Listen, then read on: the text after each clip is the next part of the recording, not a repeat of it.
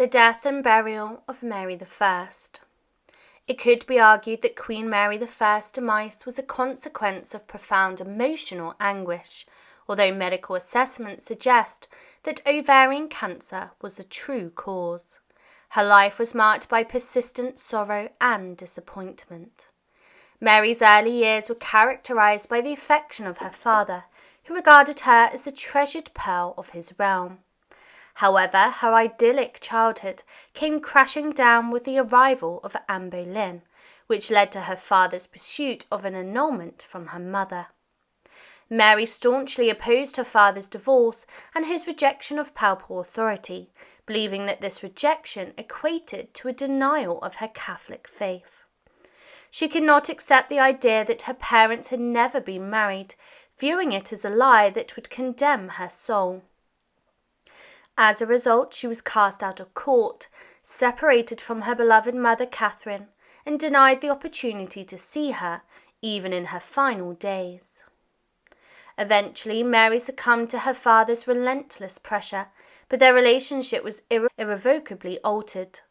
When Mary ascended the throne, she viewed it as an opportunity to restore the England of her childhood, a kingdom of enchantment and prosperity. She hoped her marriage would mirror the happiness that she had once observed in her parents' union, before Henry had seduced by Anne.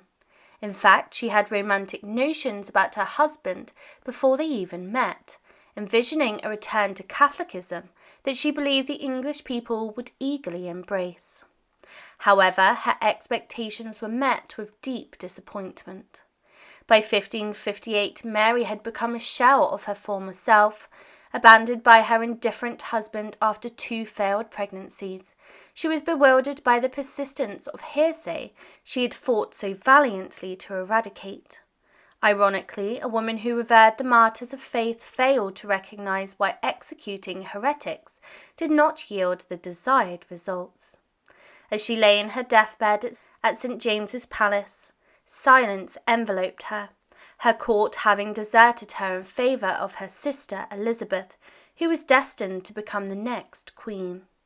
This abandonment left a lasting impression on Elizabeth, who would later hesitate to name an heir, recalling how the court had turned its back on Mary in her final moments. With her strength waning, Mary's hours became increasingly filled with sleep and her clarity faded. Yet she managed to draft her will, and ultimately she could not bring herself to name Elizabeth as her successor, stating only that the throne should pass according to the law. Some speculate that she died of tympany, while others attributed her death to the heavy sighs of her sorrowful heart. Her council, noticing her sighs and eager to offer comfort, feared that she mourned her husband's absence. When asked about her distress, she replied, "That may be one cause, but it's not the greatest wound that pierced my oppressed mind," though she withheld the specifics. Mary had offered a lady's pious advice and envisioned angelic children frolicking around her, singing joyfully. Mary's illness prompted a nationwide sense of mourning, yet she bore it all with remarkable patience. She reassured those who grieved, sharing her dreams of angelic children and encouraging them to maintain a holy fear of God, which would protect them from evil and temptation. She urged them to understand that whatever befalls them is by divine permission, instilling confidence that God would ultimately turn it to good. Throughout her life, Mary endured constant trials, experiencing little joy, and save for her efforts to restore Catholicism to her realm. During her brief reign, she faced numerous conspiracies against her, fueled by malice towards God's truth. She commanded her council and servants to remain steadfast in the Catholic faith, and with her final moments spent in prayer, listening to spiritual lessons, and receiving the sacraments of the Church, she departed this world on the 17th of November, 1558. On the morning of her passing, she attended Mass in her chamber, a daily ritual that she never missed, even as death approached.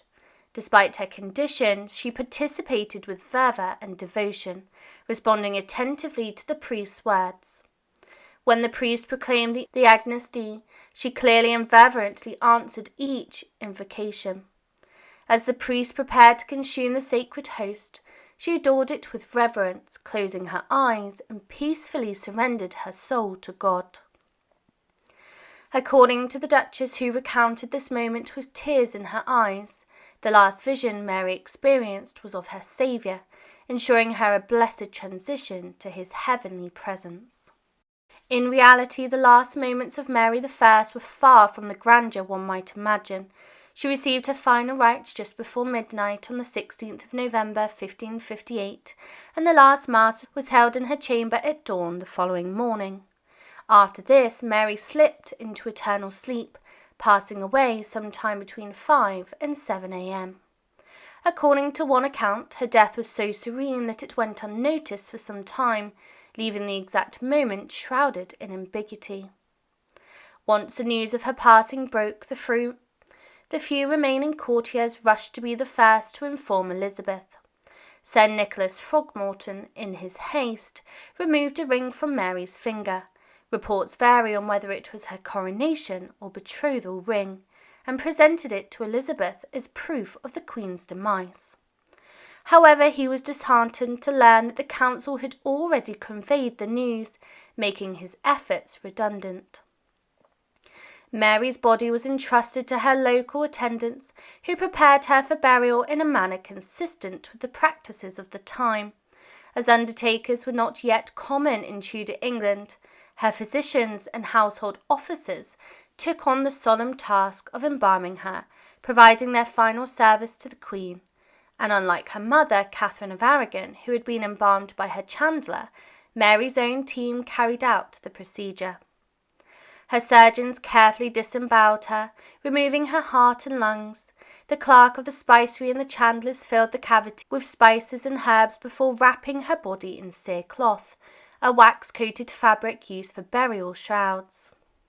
Mary was buried in a nun's habit, though given her strong attachment to her husband, this seems very unlikely. The cloth-wrapped body was then enclosed in lead sheets by the sergeant plumber before being placed in a coffin covered in purple velvet and adorned with lace and gilded nails, an arrangement that Mary would have favoured. Following the customary practices of the time, her removed organs were interred separately. Mary's heart was stored in a silver casket lined with velvet and buried in the Chapel Royal of St. James's, while her entrails are thought to have been laid to rest at Westminster Abbey. In 1670, during the funeral ceremonies for General Monk, a royal vault was opened, revealing two urns, one belonging to Queen Mary and the other to Queen Elizabeth. Upon examination, Busby noted that the contents of Mary's urn resembled a red substance akin to mortar, but with less moisture than that of Elizabeth's. For over 20 days, Mary lay in state at St. James's Palace, surrounded by flickering candles, and Elizabeth ordered that the highest honours be given to her sister, mirroring the funeral rites conducted for their father, though with a significant difference. Mary's ceremonies were conducted entirely within the Catholic tradition, and her ladies maintained a constant vigil, praying at her coffin and offering masses for her soul. The funeral commenced on the 13th of December, with Mary's coffin adorned and placed upon the elaborately decorated hearse drawn to Westminster Abbey. A wooden effigy dressed in one of Mary's gowns and holding a sceptre, while wearing a crown, rested atop the coffin. Due to the rudimentary nature of embalming at the time, the effigy took centre stage throughout the month-long funeral, necessitating a lifelike representation. Elizabeth spared no expense in decorating the chapel for the service. The chapel was draped in black cloth, the altar was embellished with purple velvet, and a canopy of the same material was suspended above it. A hearse, square and surrounded by 46 massive candles, weighing 20 pounds each, was beautifully crafted with crowns and roses. Below the candles, a valance made of sarcenet bore Mary's name in gold letters, surrounded by a golden fringe. Within this valance, another layer of buckram with black silk fringe provided further decoration. The hearse was lavishly decorated with various symbols, and beneath it lay a taffeta majesty with gilded dome and the 4 evangelists positioned at each corner.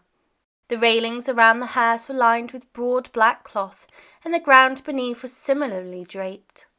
15 stools covered in fine black cloth stood around the hearse, with purple velvet cushions atop each. An altar was positioned to the left of the choir, draped in purple velvet and adorned with church ornaments. As the chapel was meticulously prepared, the sergeant of the vestry was instructed to guard it until the royal corpse was brought down. Some accounts suggest that Elizabeth hinted at her displeasure if the court failed to attend Mary's funeral, leading to a grand procession that featured the highest nobles in the land. The Bishop of Worcester, accompanied by other bishops and the Queen's Chapel, moved to retrieve Mary I's body. While the chapel remained in the great chamber, the bishops entered the chamber housing the deceased. They censed the body and recited various prayers before it was lifted by 8 gentlemen. The procession was arranged in a solemn order, a cross followed by white branches carried by boys in surplices, then the chapel members, and finally the gentlemen, squires and chaplains of lower rank. Officers with torches lined the sides as the procession made its way. Then the overseers, earls, executors, and kings of arms. The body itself was covered by a pall of gold tissue, with a matching crown placed at its side. 2 noblemen, including the Marquis of Winchester and the Earl of Westmoreland, touched the body, while a canopy of purple velvet, supported by 6 gentlemen, sheltered it.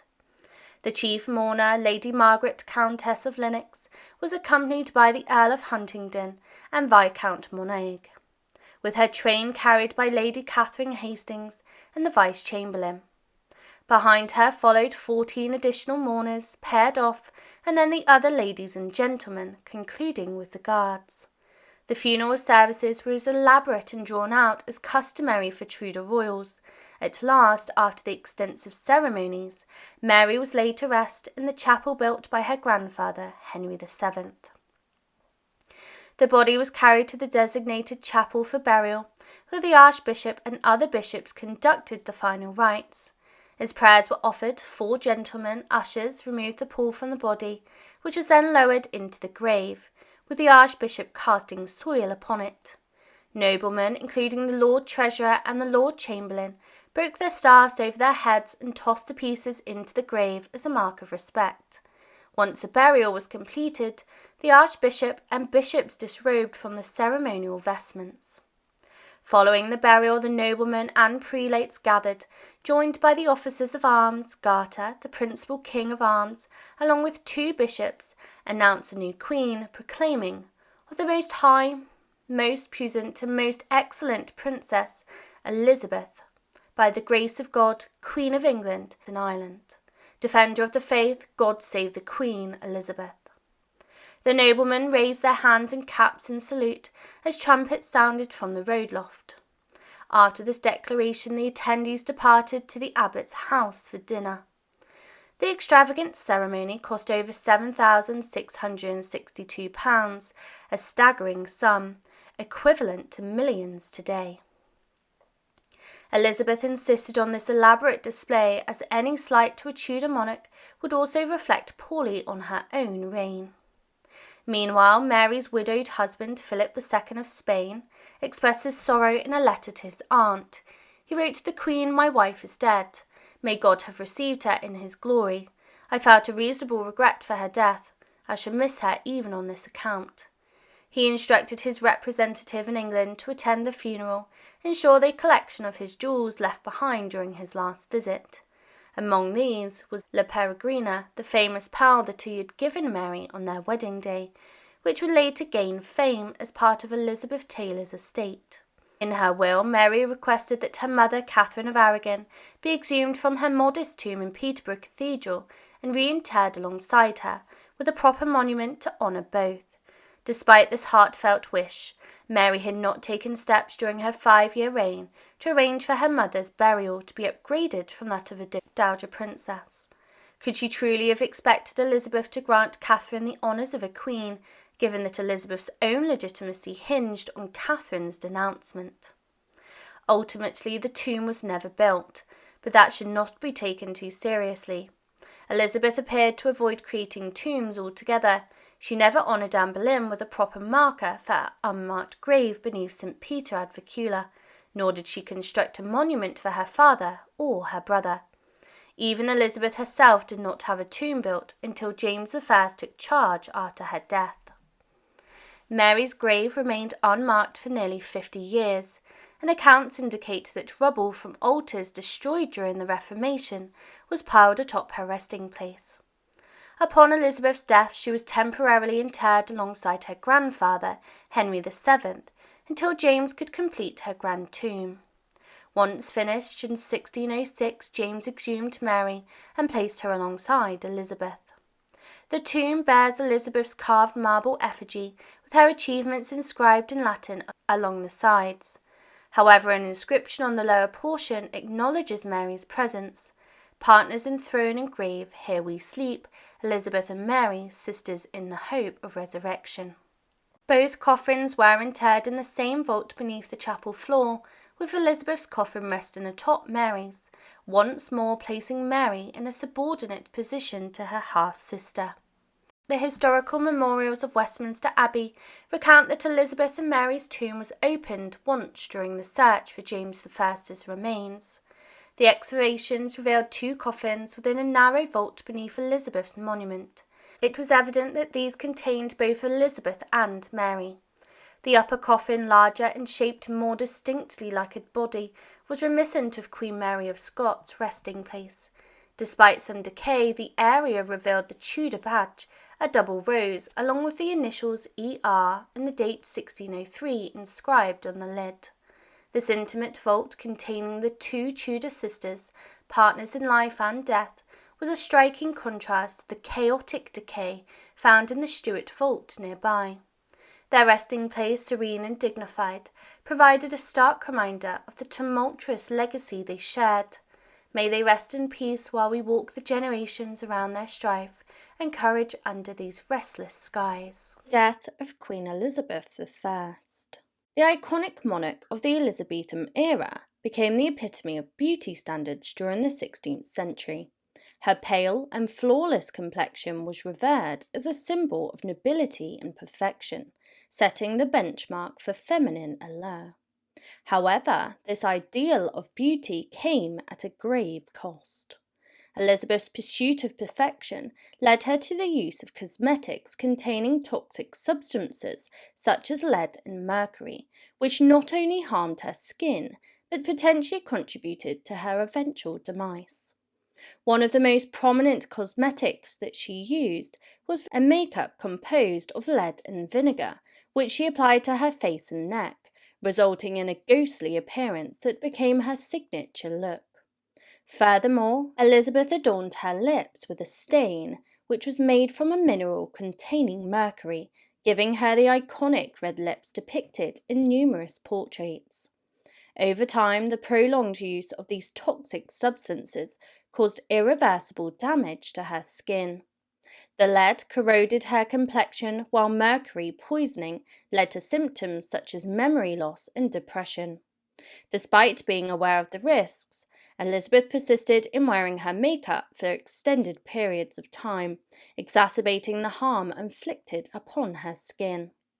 Even the process of removing her makeup posed further dangers, potentially exposing her to additional mercury.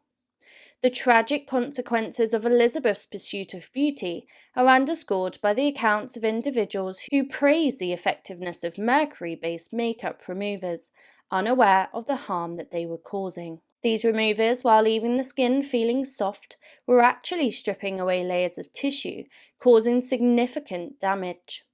Additionally, Elizabeth's early years were marred by a battle with smallpox, which left her with permanent scars on her face.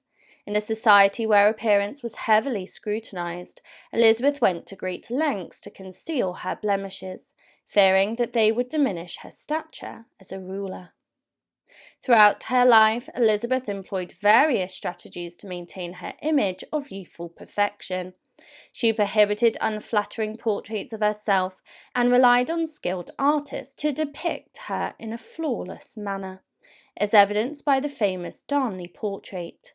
However, the realities of aging proved inevitable, with Elizabeth resorting to wearing wigs to conceal her thinning hair.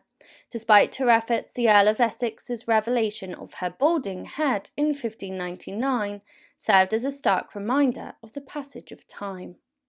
In her final months, Elizabeth's health declined rapidly, yet she adamantly refused to rest, fearing it would signify her demise. Instead, she endured standing for long hours, supported by pillows strategically placed by her attendants. On the 24th of March 1603, Queen Elizabeth I passed away, with potential causes of death including cancer or pneumonia, exacerbated by years of exposure to toxic cosmetics. The aftermath of her death was marked by speculation and controversy, with accounts of her body allegedly bursting open in her coffin due to the buildup of noxious vapours. While the exact cause of Elizabeth's death remains uncertain, her tragic fate serves as a poignant reminder of the dangers inherent in the pursuit of beauty.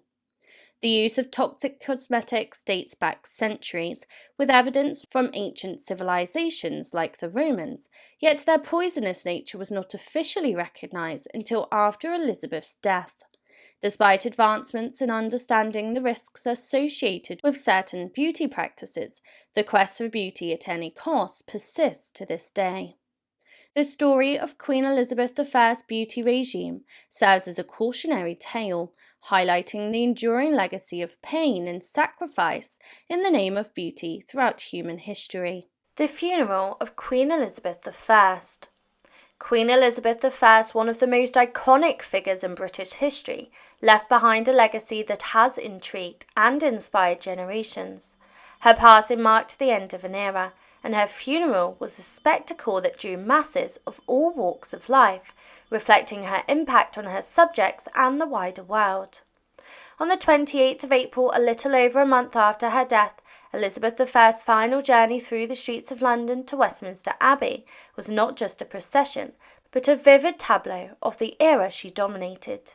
The events of that day and the subsequent handling of her resting place weave a fascinating narrative about royalty, remembrance, and the respect accorded to one of England's most formidable rulers. Elizabeth I's funeral took place on the 28th of April, a little over a month after she died. Her body was carried through King Street, now called Whitehall, in a large parade all the way through to Westminster Abbey, where she was buried. Hundreds of people joined the procession, ranging from ordinary men and women to trumpeters, Elizabeth's household staff, knights and nobles. The Lady Marquis of Northampton led the procession as the chief mourner. Westminster was packed with people everywhere, on the streets, in houses, and even on rooftops. Everyone came to watch the funeral, and there was a lot of crying and sadness, unlike anything people had seen before. One of the interesting things about the funeral was the drawings that showed what the procession looked like. There was a model of the Queen, dressed in her official robes, complete with a crown and sceptre, resting on her coffin. The coffin was draped in purple velvet and pulled by 4 black-dressed horses. Above the coffin, a canopy was held up, and noblemen carried 12 banners around it, representing the symbols of the House of York, but not those of the House of Lancaster.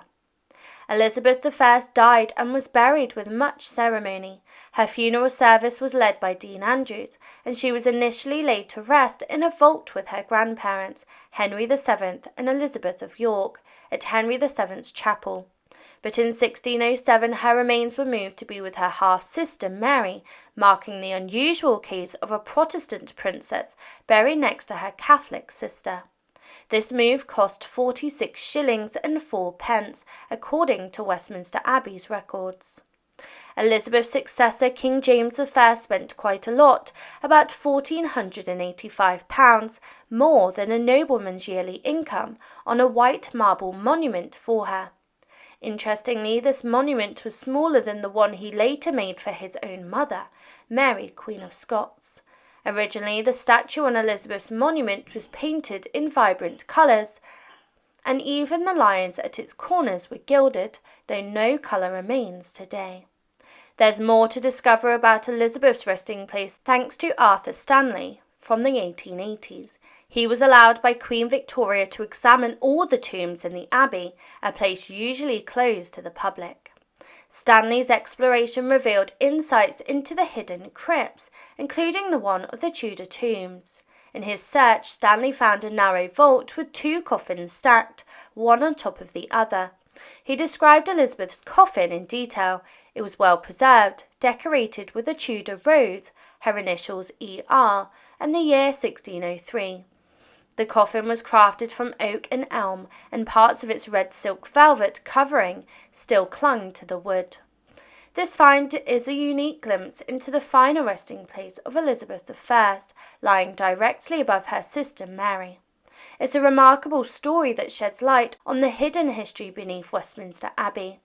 Thanks to the efforts of Queen Victoria and Mr. Stanley, this adventure into the past is just the beginning, as there are more secrets to uncover about the royal burials in future explorations.